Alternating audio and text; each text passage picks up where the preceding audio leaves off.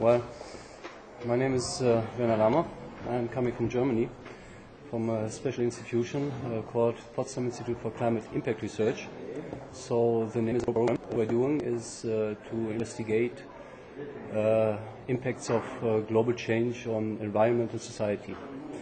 I personally am involved in hydrological questions, so my field of interest is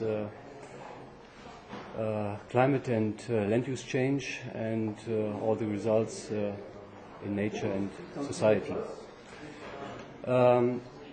Nevertheless, on this conference I presented something totally different because, as you know, there is a new program from the European Union since some years. This is called Water Framework Directive, and it deals with water quality in rivers, lakes and groundwater systems all over Europe. So the aim of this European program is to improve water quality in all these hydrological systems 2015 in all the European countries. And what we are doing since about 2 years,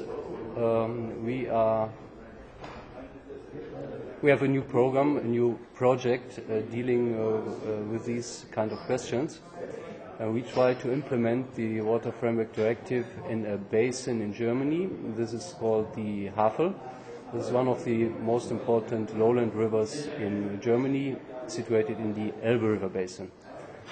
The aim of this project is, of course, to implement the WFD, but second also to get new insights in methodologies, methods, instruments in order to transfer scientific investigations into practice. And to my opinion, this is one of the huge challenges of this project, because so far we have a situation. There are lots of scientific projects going on in different institutions, not only in Germany, and once the end of the project is reached, many of the results just vanish. In this case, it must be different, because all the countries have to implement this framework till 2015, and science has the goal to support planners and stakeholders in the implementation task. So we have, this project is subdivided in 11 sub-projects dealing with runoff, with water quality, with cost and benefit analysis, multi-criterial analysis, and so on. This is a very wide field of scientific interests, and the basic challenge, to my opinion, is to organize all the research of these sub-projects to end up with something understandable for policymakers and basin planners. Therefore, my task in this project is first coordination. This is a task in itself, but besides to develop a so-called decision support system. This is a PC-based system in our case, which will help to the plan stakeholders to understand what we did, what results we achieved, and how what we propose might be the best management options in the specific basin.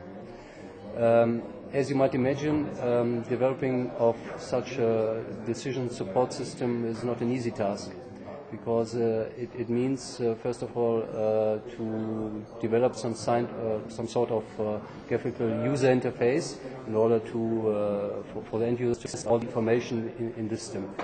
And the information ranges from simple documents in different forms to photos, graphs, and so on, but also to time series or results coming from the multi-criterial analysis.